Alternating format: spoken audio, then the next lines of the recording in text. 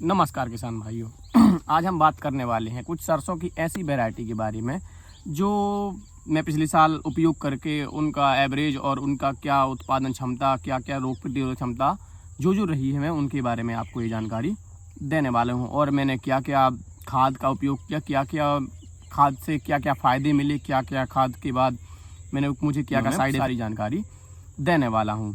तो सबसे पहले बात करते हैं कोई भी एक अच्छे बीज के बारे में। जैसे कि मैंने पिछली बार 2 प्रकार के बीज बोए थे, जो कि है एक पायनियर का 45S46 और एक बोनीटो BM102। आपने नाम ध्यान रखिए, पायनियर 45S46 और बोनीटो BM102। मैंने दोनों वेराइटियों का पिछली बार उपयोग किया था। मतलब लगभग 3 एकड़ में पायनियर का, 3 एकड़ में बोनीटो का।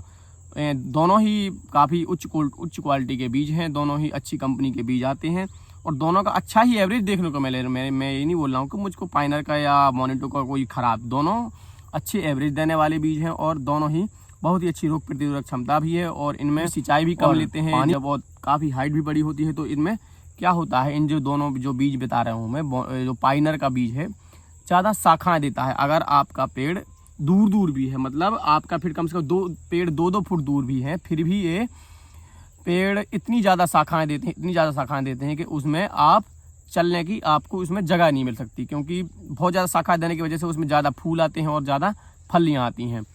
तो हम बात करते हैं पहले पायनियर की।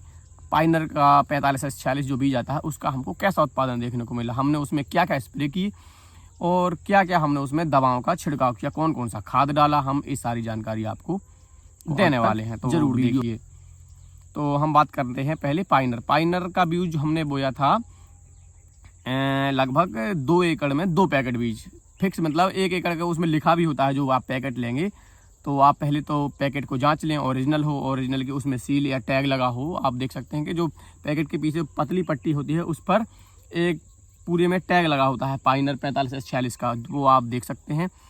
और काफ़ी सारे जो ओरिजिनल के वो आते हैं, तो ओरिजिनल की पैकिंग अलग रहती है, ओरिजिनल में जो टैग लगे होते हैं वो पायनियर उसमें चमकता, आप तिरछी करिए उसमें चमकता हुआ आपको दिखाई देगा।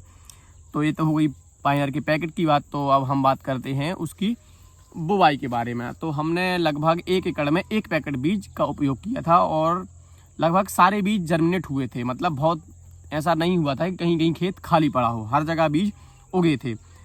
तो हमने जैसे ही जब हमने बोया तो इसमें एक खाद डाला, जो है SSP, single super phosphate, SSP का उपयोग किया हमने इसमें। और साथ में 20 किलो यूरिया, इसमें 1 एकड़ में 20 किलो यूरिया और साथ में सिंगल सुपर फॉस्फेट का 1 बैग डाला हमने 1 एकड़ में। अपने 2 एकड़ में 2 पैकेट 2 बैग वो और 1 बोरी यूरिया की डाली हमने मिला के इसमें जो डाली। तो हमको जर्मिनेशन तो बढ़िया देखने को मिला, बढ़िया पेड़ हो गए और मतलब अच्छे पेड़ देखने को मिले। फिर बात करते हैं इसमें पहली सिंचाई की। तो हमने सिंचाई की इसकी लगभग 30 से 33 या 34-35 दिन में सिंचाई की थी। तो आप इस सिंचाई की भी जानकारी रखें कि आपकी जो सरसों की फसल उगने के 30 दिन बाद ही उसकी सिंचाई करें। उसमें सिंचाई के समय आप यूरिया डाल सकते हैं 1 बोरी मतलब 1 बोरी आती है वो यूरिया की, 1 बैग 1 एकड़ में उसका उपयोग करें और सिंचाई पहले छिड़क दें और उसके बाद सिंचाई कर दें, आपको बहुत अच्छे रिजल्ट देखने को मिलेंगे। उसके बाद बात करते हैं स्प्रे की। तो हमने क्या क्या स्प्रे किए और क्या क्या उस स्प्रे में उपयोग किया। तो हमने पहला स्प्रे किया था लगभग जब हमारी फसल 60 दिन की हो गई थी। 30 दिन पर हमने पहली सिंचाई की, फिर जब 60 दिन की हो गई फिर हमने इसमें स्प्रे का उपयोग किया, जो कि हमने किया था NPK 19-19-19 और टेबुकोनाजोल जो आता है, एक स्वाधीन आता है, स्वाधीन नाम से एक डब्बा आता है, फंगीसाइड, उसका उपयोग किया था साथ में। और एक किया था टॉनिक का प्रयोग, जैसे कि आप देख सकते हैं वो फ्लम्ब्रेज आता है, सिजेंटा का ईसाबियोन आता है, ब्लैक गोल्ड आता है, काफ़ी प्रकार के जो टॉनिक आप दुकान पर टॉनिक उसके नाम से जानते हैं, जितने भी टॉनिक आते हैं हमने इनका उपयोग अपनी सरसों में वो जब स्प्रे किया था उसमें टॉनिक और NPK 19-19-19 और एक उपयोग किया था हमने स्वाधीन, जो फंगीसाइड का काम करता है। तो 3 चीज़ें हमने उपयोग की अपने किसमें स्प्रे में। पहले स्प्रे में क्या क्या उपयोग किया हमने, NPK 19-19-19, ध्यान से सुनिए आप, NPK 19-19-19 और एक स्वाधीन का डिब्बा, जो कोई भी आप फंगीसाइड आप उपयोग कर सकते हैं, जिससे आपकी पत्तियों में फंगल नहीं लगेगा। काफ़ी अगर आपके यहाँ ज़्यादा ठंड होती है, ज़्यादा कोहरा पड़ता है, कोहरे की वजह से पत्तों पे जो नमी रहती है, तो वो नमी की वजह से जो आपके पत्तों पे जो फंगल लगता है, जैसे आप देख सकते हैं कोई भी पत्ते पे अगर ज़्यादा नमी रहती है तो वो पीला पड़ने लगता है। तो अगर आप देख सकते हैं कि आपकी सरसों अगर ज़्यादा दिन तक आपके पत्ते अगर पूरे दिन भर गीले रहते हैं तो आप उसमें एक फंगीसाइड का उपयोग कर लीजिए साथ में, और एक NPK 19-19-19। तो हम बात करते हैं NPK 19-19-19 क्या काम करता है, तो हम बताएंगे इसके बारे में। तो यह काम करता है जब आपके पेड़ लगभग 2 फीट 2-2.5 फीट के हों तो इसमें आप NPK का उपयोग करें। इसका फ़ायदा आपको देखने को मिलेंगे, उसमें ज़्यादा शाखाएँ आएंगी, आपके पेड़ में ज़्यादा शाखाएँ, ज़्यादा कल्ले निकलेंगे, ज़्यादा फुटाव होगा पेड़ में। ज़्यादा अगर शाखाएँ आएंगी, जितनी ज़्यादा शाखाएँ आएंगी अगर पेड़ में, अगर कोई भी पेड़ है अगर इसमें ज़्यादा शाखाएँ आएंगी तो ज़्यादा फल आएंगे, ज़्यादा फूल आएंगे। तो हम बता दें कि आप जो NPK का उपयोग करते हैं तो उसमें आप देखेंगे कि आपकी फसल में ज़्यादा शाखाएँ निकलेंगी, ज़्यादा फूल आएंगे। और जो हम डालेंगे एक टॉनिक का क्या काम है, टॉनिक उसमें ज़्यादा से ज़्यादा फूल आएंगे, तो फूल तो ज़्यादा आएंगे लेकिन फूल झड़ेंगे नहीं। अगर आप टॉनिक का उपयोग करेंगे तो आपके जो फूल निकलेंगे आपकी फसल में, जितने भी फूल निकलेंगे वो झड़ेंगे नहीं, तो पूरे जितने भी फूल आएंगे उनमें फल नहीं निकलेंगे। तो आपको तीनों चीज़ें बता दी मैंने। फंगीसाइड के लिए जैसे आपके पेड़ आपके अगर एरिया में ज़्यादा वो कोहरा आता है या ज़्यादा नमी रहती है, अगर पूरे दिन धूप नहीं निकलती, तो इसकी वजह से क्या होता है कि जो आपके पत्ते होते हैं वो पीले पड़ने लगते हैं। तो या फिर आपने देखा होगा कि आपकी सरसों में वाइट रस्ट लग जाता है, पेड़ों की जो नीचे शाखाएं हैं वो गलने लगती हैं, उनमें क्या है सड़न लगने लगती है। तो इसके लिए भी आप एक फंगीसाइड का उपयोग कर सकते हैं अपनी फसल में। जब आप पहला स्प्रे करें तो इसमें एक फंगीसाइड का उपयोग NPK 19-19-19 ही मैं इसलिए बता रहा हूं क्योंकि इसमें तीनों चीज़ें रहती हैं, नाइट्रोजन भी रहती है, फॉस्फोरस और पोटास। क्योंकि जब पेड़ छोटा लगभग 60 दिन का होता है तो इसको पोटास की ज़्यादा ज़रूरत होती है, फॉस्फोरस की ज़्यादा ज़रूरत है, क्योंकि उसमें ज़्यादा शाखाएँ बनती हैं। अगर फॉस्फोरस की कमी रहेगी तो पेड़ में शाखाएँ कम आएंगी, और लेकिन अगर उसमें फॉस्फोरस और पोटास की मात्रा काफ़ी अच्छी तरह पेड़ में काफ़ी अच्छी से रहेगी तो उसमें ज़्यादा फुटाव आएंगे, तो ज़्यादा कल्ले ज़्यादा फूल आएंगे। स्वाभाविक बात है, अगर ज़्यादा फूल आएंगे तो उसमें ज़्यादा फल भी आएंगे। और टॉनिक का काम हो गया आपके फूलों को झड़ने ना दे, आपके फूल जितने भी फूल आएंगे झड़ने नहीं देगा, ज़्यादा से ज़्यादा फूल आएंगे और फसल हरी भरी और स्वस्थ रहेगी, आपकी फसल पीली नहीं पड़ सकती। तो आप ये तीनों का उपयोग कर सकते हैं। और लास्ट स्प्रे है लास्ट स्प्रे है अगर आपकी फसल ज़्यादा ऊंची नहीं हो पाई है और आपकी फसल में माहू लग रही है, अगर आपकी फसल फूल के समय है और उसमें माहू लग रही है तो अब हम बात करेंगे सरसों में दूसरे स्प्रे की। दूसरा स्प्रे कब और क्या क्या करें। तो अगर आपकी सरसों की फसल में माहू लग रही है, क्या लग रही है, माहू, जो छोटे छोटे कीट लगते हैं आपकी फसल में, जो छोटे बिल्कुल बारीक से कीट लगते हैं उसको माहू बोलते हैं। अगर आपकी फसल में फूल आ रहे हैं और उसमें माहू का प्रकोप हो रहा है तो आप इसमें उपयोग कर सकते हैं जो एक केमिकल आता है इमीडाक्लोरोपिड, जो आपको कई कंपनियों में केमिकल देखने को मिल सकता है। जो इमीडाक्लोरोपिड आता है ये काफ़ी सारी कंपनियों के डिब्बों में कंटेंट मिल सकता है। तो आप इसको जो एक धानुका का मीडिया आता है या फिर बायर का भी आता है, काफ़ी सारी कंपनियां इस केमिकल को बनाती हैं और बेचती हैं, जो इसका नाम है इमीडाक्लोरोपिड। और आपकी फसल में माहू का प्रकोप हो रहा है तो आप इसमें इमीडाक्लोरोपिड का उपयोग कर सकते हैं। और अगर आप माहू का उपयोग दवा का उपयोग कर रहे हैं तो आप इसके साथ स्प्रे तो आपको करना ही पड़ेगा। स्प्रे आप अगर करेंगे तो इसमें आप एक चीज़ और मिला लीजिए, NPK 052-34 और इसके साथ साथ सल्फर।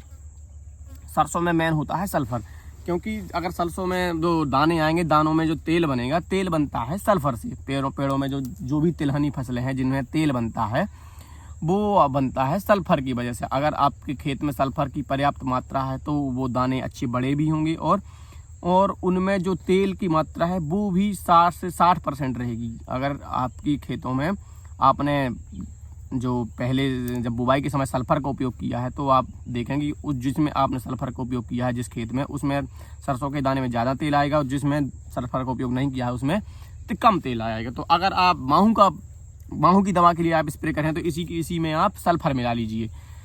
लगभग 1 एकड़ में 1 kg वो पैकेट आता है, वो पिसा हुआ वो पाउडर फॉर्म में आता है, उसको आप मिला सकते हैं। और इसी के साथ NPK 052-34 मैं ये जो दवाएं बता रहा हूँ बिल्कुल सस्ती हैं, इसमें कोई भी ज़्यादा बहुत बड़ा खर्चा नहीं है। जैसे NPK 19-19-19 की कीमत लगभग 100-150 रुपये है, और जो फंगीसाइड आता है 300-400 रुपये में आपको 1 एकड़ के लिए पर्याप्त मात्रा में मिल जाएगा, और सल्फर 200-300 रुपये में 1 किलो मिल जाएगा। और NPK 052-34 की बात करें तो यही भी आपको 150 से 200 रुपये के बीच में आपको मिल सकता है।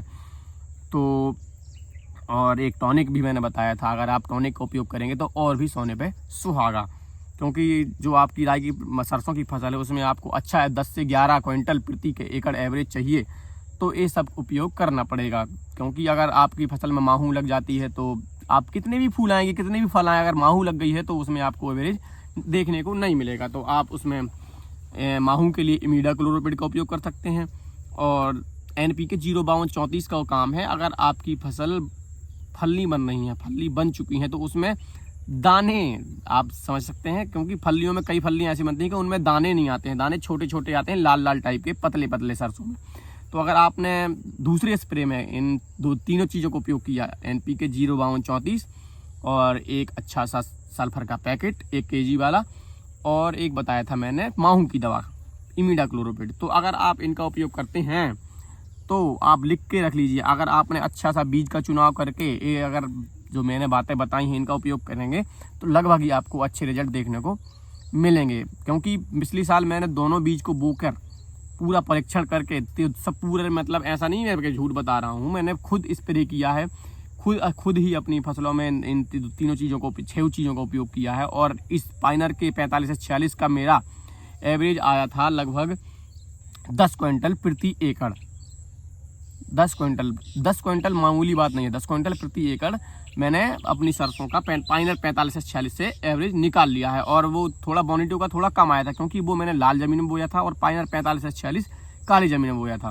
तो बोनीटो का लगभग 8 से 9 के बीच रहा और पाइनर का 10 से 11 के बीच रहा। तो यह मामूली बात नहीं है। अगर आप इन चीज़ों का उपयोग करते हैं जो मैं बता रहा हूँ,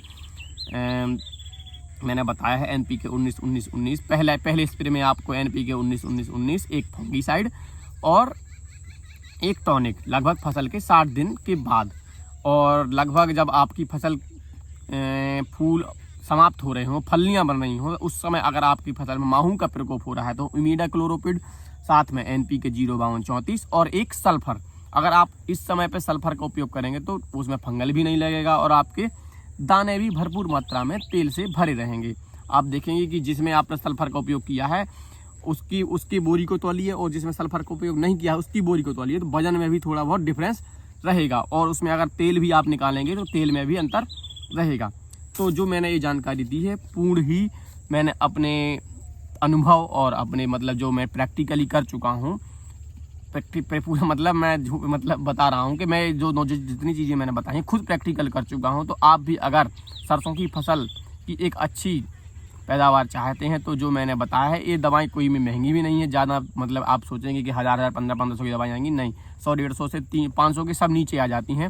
और जो सिंगल सुपर फॉस्फेट मैंने खाद बताया था वो भी लगभग 400-500 के बीच में आपको अवेलेबल हो जाएगा। तो अगर जानकारी हमारी अच्छी लगी हो तो वीडियो को लाइक करें, कमेंट करें और शेयर ज़रूर करें, और चैनल को सब्सक्राइब करें। मैं मिलता हूँ आपको लगभग अगली वीडियो में। धन्यवाद किसान भाइयों।